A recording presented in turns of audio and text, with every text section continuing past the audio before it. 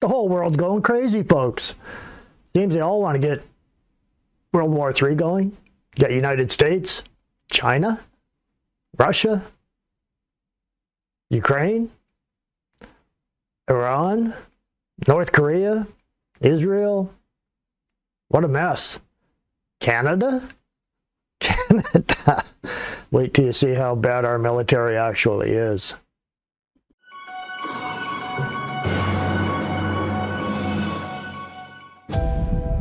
As 2024 comes to a close, the Department of National Defence, D&D, released an internal report which does not bode well for the Canadian Armed Forces, or the CAF, to have a brighter future in the coming new year.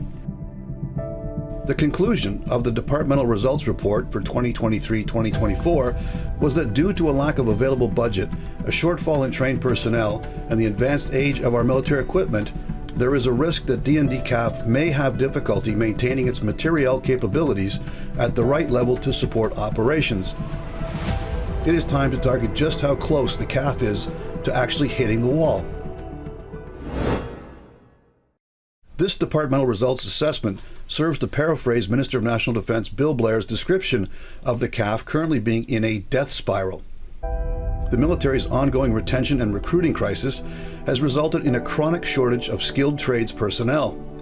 As a result, there are not enough technicians still in uniform to maintain the equipment and vehicles necessary to train the next generation of service personnel.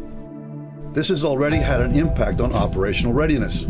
Last year, the Royal Canadian Navy, or the RCN, had to cancel several long-standing commitments off the coast of West Africa, and the RCAF are no longer conducting joint air exercises abroad.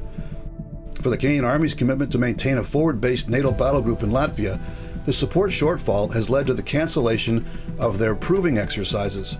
Previously, the next contingent earmarked to deploy into Latvia would conduct a major combined arms exercise involving armored vehicles, artillery, and air assets.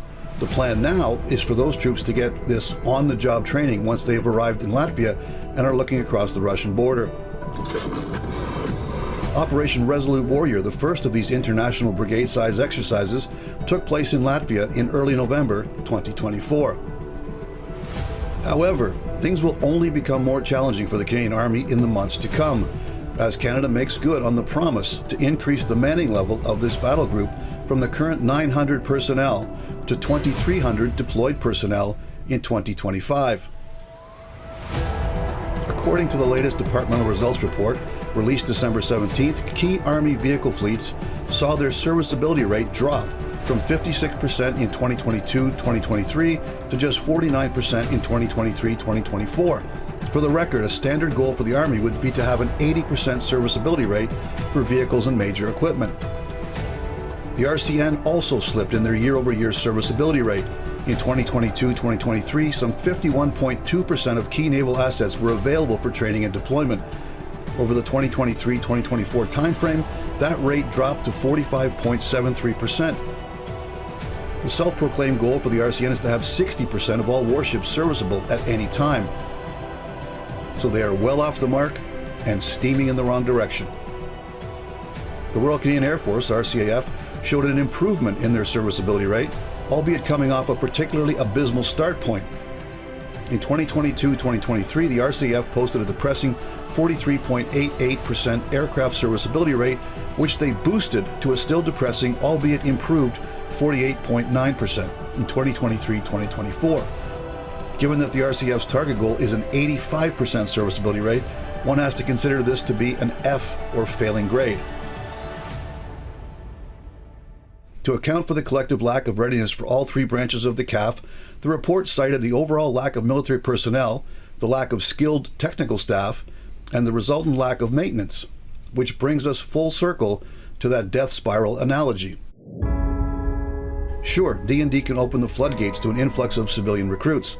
However, the personnel necessary to train them into capable warriors are already unable to keep up with the ongoing maintenance and operational tempo.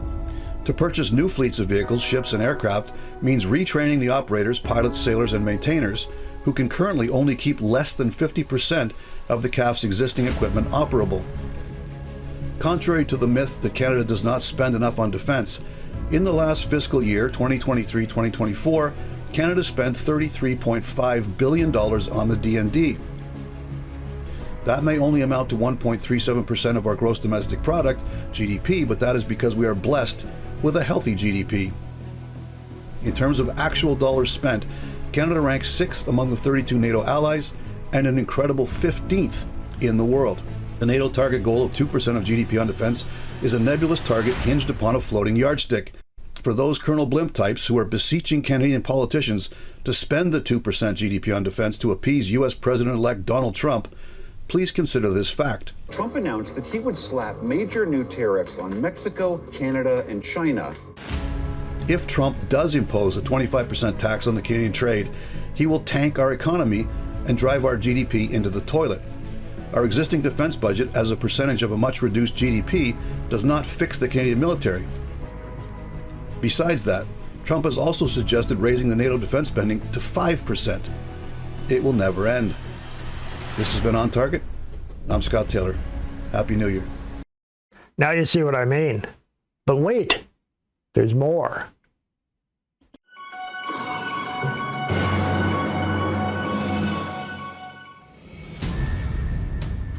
For anyone who has closely followed the conflict in Ukraine following Russia's invasion in February 2022, you will be aware of the fact that the face of modern warfare has drastically evolved. The Russian armored columns that were meant to overwhelm the Ukrainian defenders were turned into smoldering heaps of junk metal through NATO's provision to Ukraine of sophisticated anti-armor missile systems like the Javelin. However, it was after the war bogged down into a bloody stalemate that a new queen of the battlefield emerged. This would be the preponderance of first-person view FPV drones, which are being employed by both sides. It is time to target Canada's response to meet the challenge of this new battlefield evolution.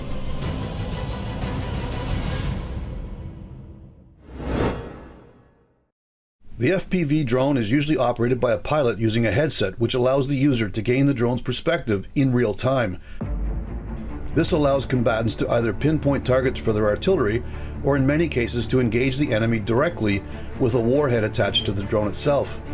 These are known as suicide drones, but as these platforms are uninhabited, it is more the machine sacrificed by the operator who lives to fight another day. At a cost of around $500, sacrificing an FPV drone to destroy a multi-million-dollar armored vehicle makes for good battlefield economic sense. These FPV drones have also been successfully employed in the Mid-East by both the Israeli Defense Forces and Hamas and Hezbollah fighters. Closer to home, the U.S. Army's Short Range Reconnaissance Program, or SRR, has made drones a central part of its warfighting strategy. The devices can be carried in a rucksack and deployed within minutes, making them a superior choice over far more costly crewed systems.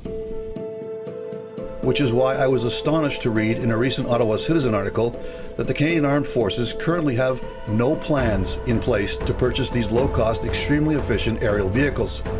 When asked why the CAF would not be pursuing FPV technology at this time, the official response to the Citizen stated, "At this time, the Department of National Defence, or the Canadian Armed Forces, does not have any current or planned procurements for first-person view drones for operational use. However, in our North Strong and Free policy, we committed to exploring options for acquiring a suite of surveillance and strike drones, as well as counter-drone capabilities, sometime in the future." Well, that's that then. For more than 2.5 years, FPV drones and their countermeasures have dominated modern battlefields across the globe, but the Canadian Military Procurement Team hopes to look into it sometime in the future. As for more conventional uninhabited aerial vehicles, it would seem the CAF remains woefully inept when it comes to purchasing deals. According to documents obtained by the Ottawa Citizen, last March, the CAF took delivery of some 50 US-built Teal 2 drones. These UAVs weigh just 1.25 kilograms, have a range of 5 kilometers, and have a flight duration of 30 minutes. The Teal 2 drones can be used for limited surveillance and target acquisition. So what separates these from the FPV drones being used in Ukraine and Gaza? Well, to begin with, they cost a boatload more. Canada says it paid $4 million for 50 Teal 2 drones, which would put the individual price tag at about $80,000 Canadian per drone. Keen-eyed readers will note that commercial Teal 2 drones, complete with chargers and spare parts, retail for $16,000 US, or roughly $22,000 Canadian. When you factor in the potential for a volume discount on 50 units, or a Black Friday blowout discount, Canada paid nearly 4 times the list price for these drones. When you focus on the larger drone fleet that Canada is in the process of acquiring, well, the margin for error is naturally larger. In December 2023, Canada announced that the CAF would be acquiring 11 General Atomics MQ-9B Reaper strike drones at a cost of $2.5 billion. The original delivery timeline was 2025, but that has now been bumped to 2028 as modifications will need to be made to allow the Canadian MQ-9Bs to operate in the Arctic. Surely the procurement officials thought of that before they signed a contract for $2.5 billion. This has been On Target. I'm Scott Taylor. You think we're in bad shape? Wait till you see what China's doing. Lord help us. They come over the north, we're done.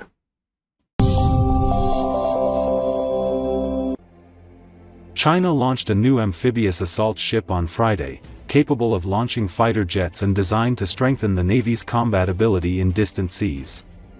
The Sichuan, the first ship of the 076 type, is China's largest such ship yet, displacing 40,000 tons and equipped with an electromagnetic catapult which will allow fighter jets to launch directly off its deck, according to the official Xinhua news agency. The ship is designed to launch ground troops in landing crafts and provide them with air support. Developed by Chinese researchers, it's also equipped with an arrestor technology which allows fighter jets to land on its deck. China has the largest navy in the world. Researchers found that the country is working on designing a nuclear-powered aircraft carrier, which would allow it to deploy its ships in distant waters without needing a base to refuel. Just wait. Look at what Russia's doing. If they hook up with China, you might want to start learning another language.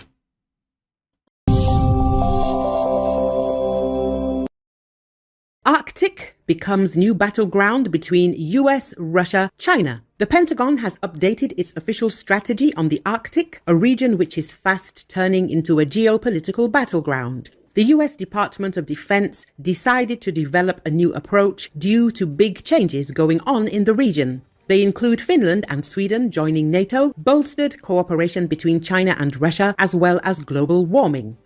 Leading researcher at the Russian Academy of Sciences Institute of World Economy and International Relations of Russia, Ekaterina Labetskaya, says that the Pentagon's new Arctic strategy didn't catch anyone off guard. Washington's 2024 Arctic strategy, published by the US Department of Defense, replaces a little more than 5-year-old document which had been in effect since June 2019.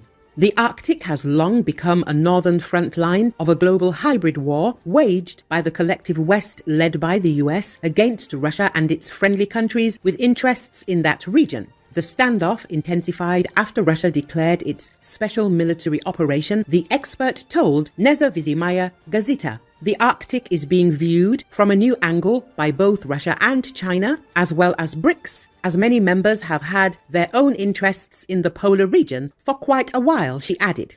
Labetskaya reiterated that last December, Russian President Vladimir Putin held a meeting on developing the main population centers of Russia's Arctic zone. He stressed that Russia would make the region a priority due to its strategic importance as a global transportation and logistics hub, as well as its huge energy potential. Against this backdrop, the country must reassess its national security and defense principles. All Arctic countries are reconsidering their military doctrines. The NATO strategy is changing due to its Arctic component being bolstered with Finland and Sweden. The Arctic Edge 2024 military drills held in Alaska in March are also indicative of this. Actually, precisely during a visit to Elmendorf-Richardson military base during these drills, U.S. Deputy Assistant Secretary of Defense for Arctic and Global Resilience Iris Ferguson announced the Pentagon was working on putting out a new Arctic strategy accounting for the capabilities of NATO's newest members, the expert concluded.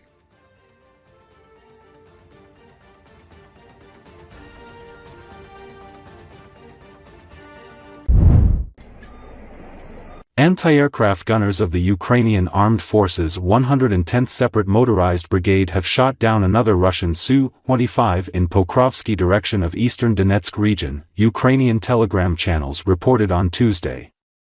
Operational Strategic Group of Troops, Kortitsia, reported that the Su-25 attempted to fire at the positions of the Ukrainian Defense Forces units in the eastern Donetsk region.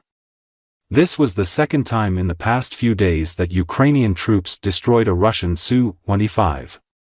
It is worth emphasizing that anti-aircraft gunners from a separate mechanized brigade named after General Mark Bazruko shot down a Russian Su-25 attack aircraft on July 19. The aircraft was destroyed in the steppes of the Ukraine's Donbass region. Thanks to the accuracy and professionalism of Ukrainian anti-aircraft gunners, Russian aviation has decreased by one combat aircraft, a Ukrainian telegram channel wrote, while reporting the downing of Russian Su-25. Самолет падает и идет катапультирование пилота. Вот раскрывается парашют, вот он. –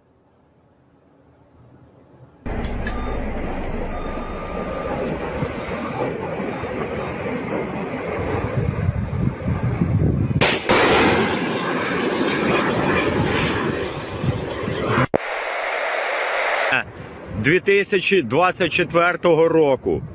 Позиція. Ракета пішла за ціллю. Горить. Я бачу, що літак горить. Є, підбили. Давай, уходимо. Что, пизда стрелингу, да? Да хуй, просто тарелка возьму. Ну вот тарелка это офицерская была. Зато кастрюля целая. Блять, холодильник, наверное, даже попить осталось. Там еще эфки были на кухне. Тарелки пизда. Тепленькая, да? Прохладненькая. Ну прохладненькая это хорошо.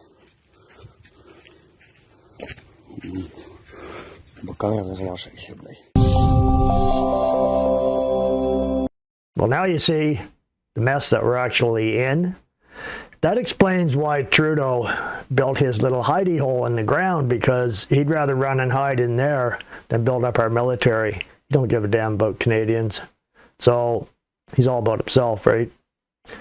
Well, thanks for watching. See the mess we're in.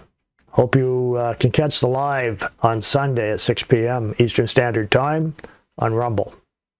Bye for now. God bless.